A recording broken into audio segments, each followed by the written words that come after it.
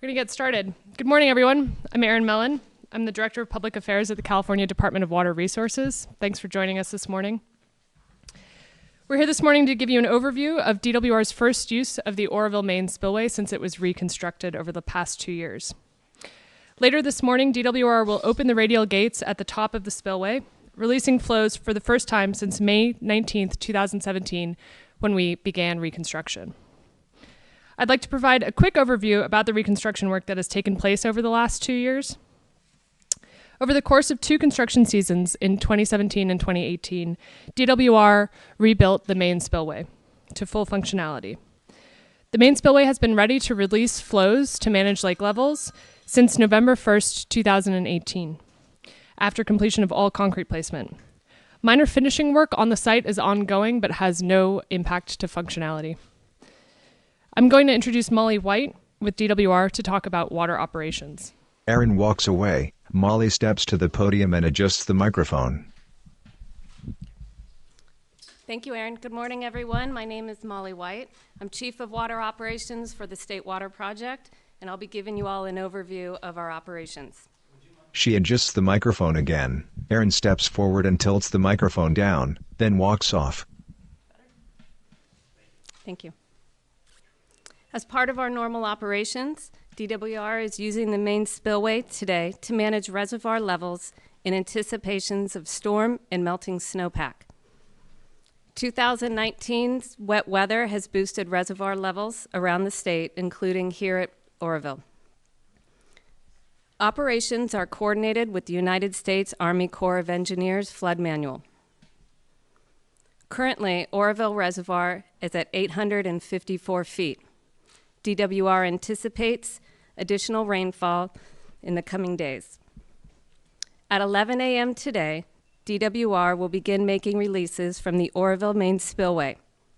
By early afternoon, DWR expects to be releasing about 8,300 cubic feet per second. 8,300 cubic feet per second.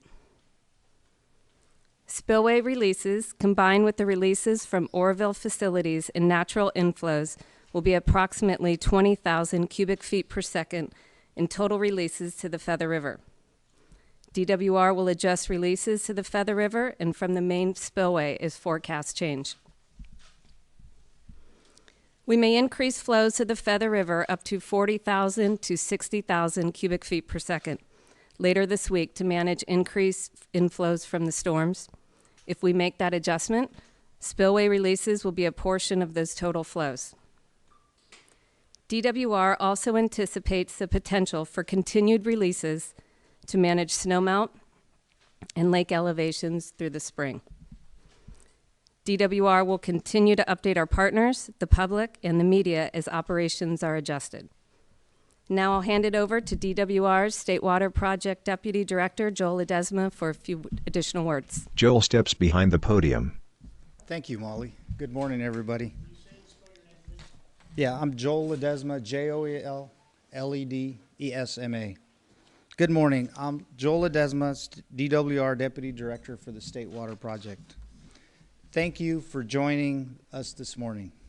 As Erin and Molly have shared, the decision to use the main spillway was the result of following the normal operations plan to help provide flood protection to downstream communities. Public safety has driven all our decisions as we have rebuilt the Oroville spillway, including reconstructing the main spillway in just 2 years.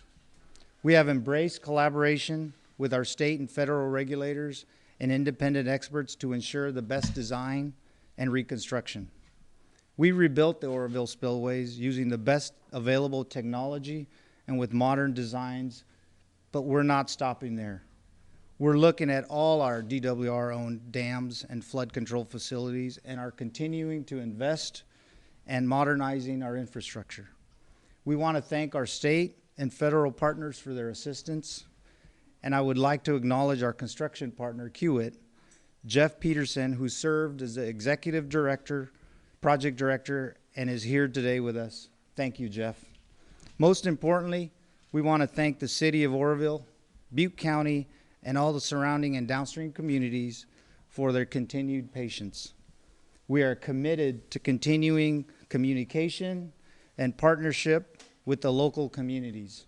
And now I'll pass it back to Aaron. Aaron takes his place at the podium. Thanks, Joel. So we're going to take a couple of questions right now. I'm going to repeat your question for we're Facebook Living this for the viewers online. And then I want to make sure that we have enough time. Like Molly said, we're going to start spilling at 11. So I want to make sure you guys have enough time to get down to Oro Dam Boulevard East to review. And actually, before we take questions, I'm going to give you a couple of other updates. Like I said, Oro Dam Boulevard East is open both to media and the public. We recommend people do drive slowly, especially since it's raining. Assuming spillway releases do not exceed 30,000 cubic feet per second, that road will remain open to the public. If releases from the main spillway exceed 30,000 cubic feet per second, we will restrict access to only credentialed media. Live stream cameras provided by state parks are being streamed right now on Parks website, and they will be showing today's spill. We'll also be updating DWR's YouTube and Pixel pages with video and photos regularly today. Like I said, we'll take a couple of questions now. We'll also be available after the fact. Sorry, we're actually going to start over here. What is the target for the reservoir? Why the releases now? Where do you hope to keep it in anticipation of the flows that are coming in? Kind of give us a glimpse into the operations manual. So the question was, what target lake levels does DWR have going into the spring and summer? And I'm going to pass it to Molly White with operations. Molly walks to the podium. This is part of our normal operations to manage the reservoir, and right now we are releasing water to make room for that snowpack and inflows for rainfall on the horizon. And we receive forecasts daily from the National Weather Service and flood management to mitigate and moderate our elevation increases as we go through the spring and summer. Can you tell us what the numbers are? Or? At this point, it's difficult to say exactly what the numbers are without knowing where we are with the forecasts and so forth. Molly steps aside as Aaron takes her place. Dale? So what's your level of confidence this morning that this big project is going to go off and everyone's going to be fine? So the question is, what is DWR's confidence level with the use of the spillway? And I'm going to hand it over to Joel Ledesma. Joel steps forward. Great question. We're prepared. We've spent the last 2 years restoring full functionality of the spillway. We've had, industry experts designing and helping us construct. We've had our regulators as oversight, the federal government and the state. So we expect it to run, as designed, and we're prepared. You mentioned Thanks, Joel. I'm going to go over here. Sorry, KRCR? Yes. What is the one area of concern that engineers will be keeping a close eye on as the water is released? Is there a specific area that you need to keep an eye on to be sure things are running properly? So the question is there a specific area of the spillway that DWR monitoring will be looking at? And I'll pass it back to Joel to answer that question. Like I said before, we're prepared, and we'll be monitoring the spillway, just, making sure it meets design performance, but we expect it to work, and we're ready. Aaron walks back to the podium. Right here. 2.5 years ago, it could have been said that you're prepared and you're ready. You're looking at a much larger rain pattern this year, which continues into April. You're also looking at a snowpack that's much bigger than the one you contended with 2 years ago. A little hard to take completely seriously that you're really prepared, because I think you don't know yet. Do you really? Well, I'll take a portion of that and I'll pass it on to Molly if she has more to say about the snowpack. Right now, the lake is about 50 feet below the emergency spillway weir, which provides about 750,000 acre feet of storage. So right now, we certainly do calculate snowpack, and we are aware of the snowpack that is going to melt off and run into the reservoir. We're actually up in Tahoe today doing our April snow survey, and that's the information that is informing these decisions, and that is part of why we are making the releases today. Do you have anything to add? I can add one more. And just one more item is that we do anticipate having increased in releases to the Feather River throughout spring as we manage the snowmelt and any inclement weather that comes through. All due respects, you guys were confident 2 years ago, and I don't want to harp on this, but you're looking at a much larger pattern of water and of snow, and you just have to wonder if you really have this thing right, because the experts were right before until it wasn't right. I'm not sure that there was a question in there. Well, the question is, are you really sure that this will do the job? Because let's face it, the DWR's reputation, somewhat sullied already, is probably going to be dashed away if this doesn't work. Well, like Joel and Molly have said, we are prepared to use the spillway. We are using it based on inflows from rain and storms as well as snowpack. We are proceeding as with normal operations, and the spillway has been reconstructed to modern design. So we are ready for this storm and future weather that Mother Nature may have in store for us. I'm sorry, guys. I'm gonna stop you there. I'm sorry. We're actually doing this in an organized manner. I'm gonna pass it to you, Bob. What's the sweet spot, to follow up on Brian's question, what's the sweet spot for the lake levels that we want to see the lake at as we're looking to try to adjust for the snowpack and the water that's coming in? And then for you, what are the other projects that we're working on? Are there other spillway construction projects underway in the state? So the operations plan the question was, what is the sweet spot for lake levels going into the spring? And also, what other projects are underway across the state as far as modernization goes? So I'll start and I'll kick it over to Joel and Molly to add. The operations plan gives target lake levels throughout the spring and summer. The lake could keep rising, but like Molly said, we are likely to continue releases through either the spillway or other facilities into the summer if we see additional rain or inflows from snowpack melting. And as far as the other facilities, I'll have Joel answer that. Great question. So managing the State Water Project and our aging infrastructure is very important to the State Water Project. And so we're continuously looking at where we need to modernize. And as far as the dams, we've been doing inspections, deeper dive inspections at all our facilities. And we're going to be, we're prioritizing their work, and we have a plan. But I think today we really want to talk about this spillway at Oroville. Can I ask a question about that then? Yeah, sure. If you had to pick 3 or 5 things that make this spillway different from the previous spillway, that give you that confidence that this is going to work, what are those modern construction designs that have been implemented now, whether it be material, design? I'll give you a couple of stats and then I'll pass it back to Joel. So the question was, what are some of the construction methods or infrastructure that makes this spillway different or better from the one that was built 50 years ago? So obviously using 21st century engineering designs and practices, we've learned a lot in the industry and in construction over the past 50 or 60 years. This spillway has an average thickness of 7.5 feet of concrete. It has 7,000 anchors. It has 12.5 million pounds of reinforcing steel. They are epoxy coated. Those are some of the details that are new to this spillway. As far as as far as additional questions as to the design of the spillway, after this press conference, Jeff Peterson with Kiewit, who was the lead our infrastructure partner in construction, will be able to take additional questions, and I'll kick it back to Joel to close that.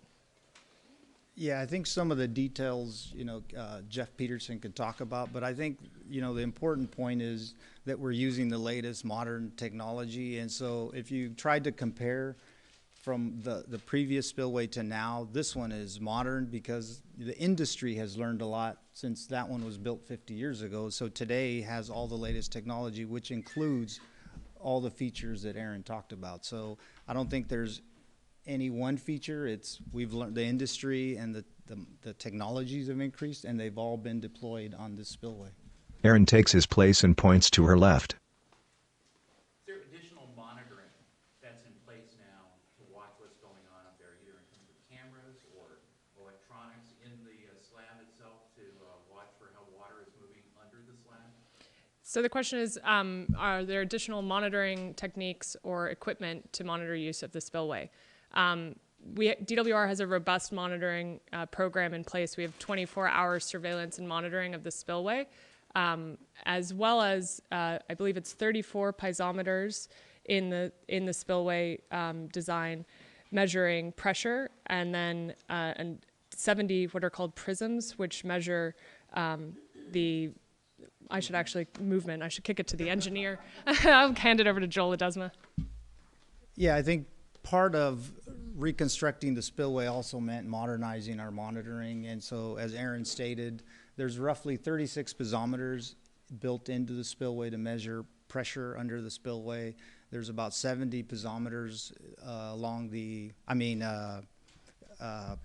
prisms to monitor movement in the walls of the emergency spillway. And then additional cameras that we've installed that are permanent, so also visible view of the spillway. Yeah, Ryan.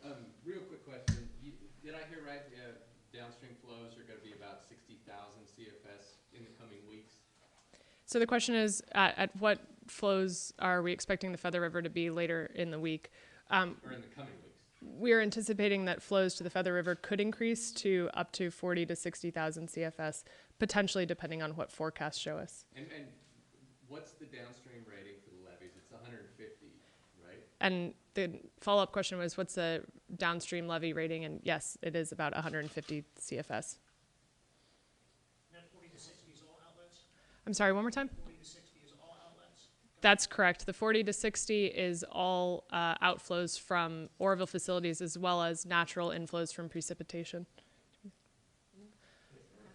So the spillway is top state of the art. What about the fact that the rest of the complex still has not been brought up to other areas? That was one area that was fixed.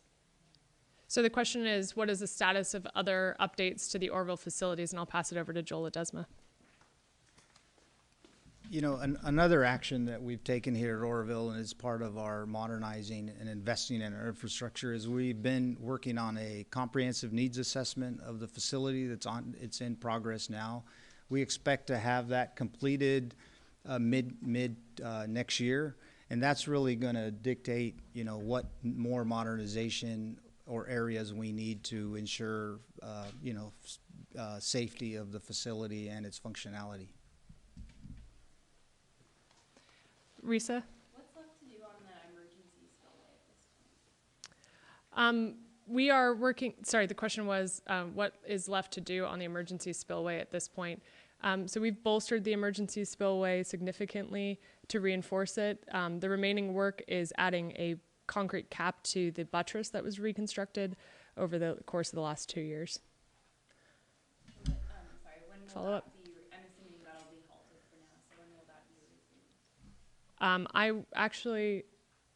I'm not sure that we have that answer for you right this time, but I'm sure Jeff Peterson will be able to give us a timeline for when that work will be complete this year. In the back, Rachel. So you said you're ready, and that's great. What if there is a failure? What other mechanisms are in place or emergency personnel in place in case there is some sort of a disaster? And then moving forward, have you reviewed any lessons learned from the last time in terms of evacuation response? The question is, what emergency measures are in place if something were to go wrong? I'll pass it to Joel Ledesma, but I'll just add that Lieutenant Bell here with the Sheriff's Office is here. We also have our partners with the California Highway Patrol. DWR is not responsible for evacuation, so I think questions as to changes to the evacuation methods would best be directed at those folks. But as far as additional work that we've done to anticipate, or what would we do differently to release flows if something were to happen, I'll hand it over to Joel Ledesma. Thank you, and great question. So the facility runs 24/7, so our staff is prepared to handle, emergencies and other items like that. So, but on staff, we have the design team that was that designed the spillway for any questions. We're monitoring, and we're in communication with all our local partners, which includes the sheriff, the downstream communities. In the event that something would happen, which we don't expect, then we would be following our emergency action plan and taking all the necessary actions to protect the downstream communities and the dam. And I would add that that emergency action plan has been updated since February of 2017 to accommodate for the things that we've learned. I'm going to keep moving. Yep. Molly, maybe this is more for you. This is a normal thing to operate the spillway, right? I mean, is it pretty much seasonal that the spillway would operate? Because it's kind of become, I guess it kind of got this emergency light put on it in the last couple of years, but it's a typical operation to open the spillway, is it not? So the question is this a typical operation to open the spillway? Aaron steps aside as Molly steps to the podium. Correct. This is normal operations especially during wet years. We do use the spillway essentially almost 50% of the time. Juan there? Aaron, is there any update on FEMA reimbursements? The latest one that was rejected, is that not the last one, or will there be more FEMA reimbursements to come? Thanks, Juan. The question was, what's the latest on FEMA reimbursement? Is what we reported out recently the latest, and are we expecting additional reimbursement? To date, FEMA has approved $205 million in federal funds to reimburse the state for spillway reconstruction costs. Those funds, that 205, is in addition to the $128.4 million that FEMA previously approved for reimbursement for emergency response, debris removal, and other costs. We are going to be appealing that initial determination from FEMA and making the case that we believe all emergency response and recovery costs, including reconstruction, should be reimbursable. So there'll be enough, while you're debating that 300, is there going to be additional tranches considered above and beyond that, or is this the total amount, the 3 and the 2 and the 1 or so? So the question is, are we expecting an additional amount? I think that'll be determined through the appeals process over the course of the next couple months. Okay, and then Joel, the Feather River downstream of here can you give us an update on what they're doing to remediate some of the Feather River just downstream of here? It's been hammered pretty hard through this whole operation. The question is, what are we doing to manage what is being done down the Feather River to mitigate some of the damage from recent high flows? I think I'm going to say that actually none of the folks up here are going to be the right folks for you to talk to. Downstream maintenance are responsible. It's the responsible work of the local maintaining agencies and communities, and DWR's kind of not as involved in that work. Okay. What's the total cost right now for the project?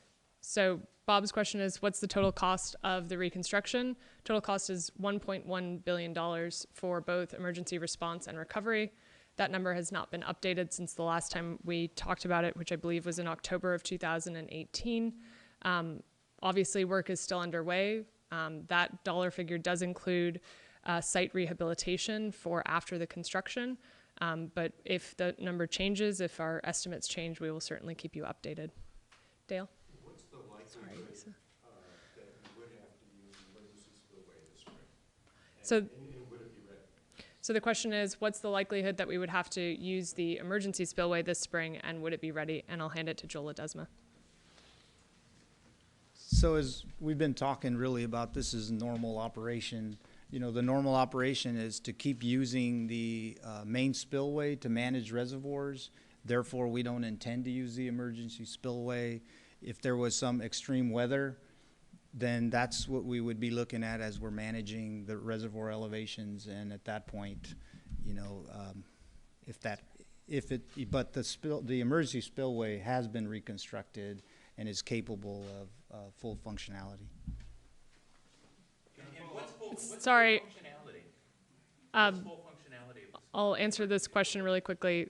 What's full functionality of the emergency spillway?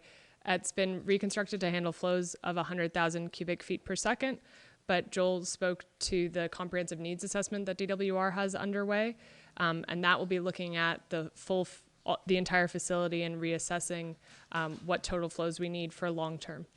Now I'm going to pass it to Risa because I think I've skipped her. Can you talk about how the rebuild has taken the forensic report into account? Yeah, the question is, how has the rebuild taken the independent forensic team's report into account? Do you want me to? So we certainly have looked at the independent forensic team's report, as well as many other studies as to what caused the failure of the main spillway in 2017. We've made those adjustments and improvements based on those reports.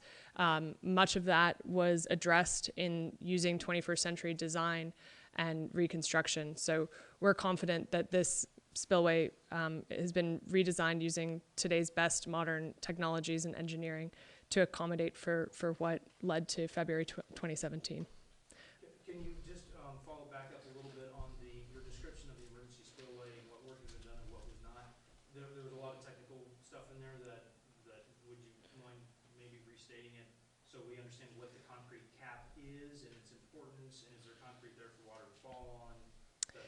Sure. So the question is, what work exactly has been done on the emergency spillway, and can we explain it a little bit more? I will, and then if you have additional questions, I think Jeff Peterson in the back is going to be your best point of contact.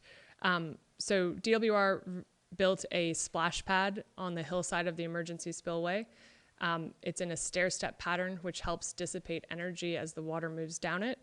That splash pad meets a underground cutoff wall that is about 730 feet downhill from the emergency spillway weir. That underground cutoff wall is installed into bedrock at depths of 35 to 65 feet deep. So that will help bleed the water down the hillside, dissipate the energy, and then if there is any cutting of the hillside up, it'll stop at that underground cutoff wall. In addition to that, we've bolstered the emergency spillway weir with construction of a buttress, and the cap on that buttress is like a hat is the best way to describe it, which helps again dissipate the power and energy of the water so that as it flows over, it hits that cap, then moves down the buttress, then moves down the stair step down into the Feather River. Erin looks at her watch. So not seeing. One last one. What's the main, so you have the main spillway, what's that rated for CFS wise? The question is, what is the CFS of the main spillway? I'll pass it to Joel Ledesma. So the design rating for that is 269,000 CFS, but the operations plan to operate it is at 150,000 to accommodate for the levees downstream. So, and to basically, what you're saying with the emergency spillway is the only way that it could be used, barring some sort of thing that happened like in 2017, we'd have to exceed 250,000 CFS down the main spillway, and then another 100,000 could potentially go over that. It's like a Godzilla storm we're talking about, right? Yeah, I mean, sometimes we refer to it as a Noah's Ark storm, but you know, if we were at those flows, then we would be dealing with extreme weather. And, you know, the operations plan also accounts for extreme weather events like that. Yep. Sorry. Just back to the numbers, just so we can understand. I know in the operations manual, I'm just basing on what I know from Folsom Lake, there's a top of conservancy. We have to keep the lake at, I think it's about 50 or 60% through the flood season. Is there a TOC for Oroville? Are we encroaching in that TOC at this point? You know, again, back to that sweet spot. Where's the so the manual say? The question is, what is the top of TOC, top of? Well, clearly Molly is the one who should be answering this, and she knows what it stands for. So I'll pass it over to Molly. Yes, there is a top of conservation.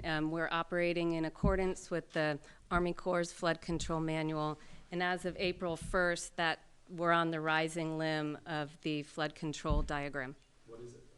It varies every day. Every day, that top of conservation gets less and less, and it's dependent upon the basin wetness. Are we encroached in that now? Is that why you're opening the spillway?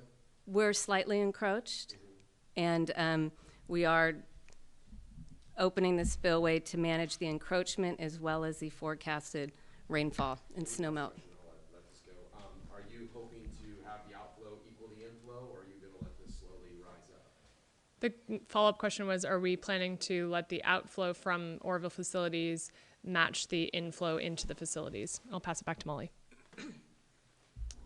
Today we're managing to inflow, and that'll be subject to change based upon the forecasts that we receive on a daily basis. And what's important as we're going through the spring refill is not to fill too quickly. And so we'll be, as I stated earlier, we'll be having increased releases to the Feather River just to moderate and manage the storage gain in the lake. Do we expect the lake to go up? Follow-up question, do we expect the lake to go up? I'll give it back to Molly. Yes, at this point we will be seeing still slightly increases in lake elevation, lake levels. Aaron walks back to the podium. Not seeing any other burning questions. It is 9:35. We are planning to open the spillway gates just before 11 a.m., so we will see you all out on Oro Dam Boulevard East. Thanks for joining us.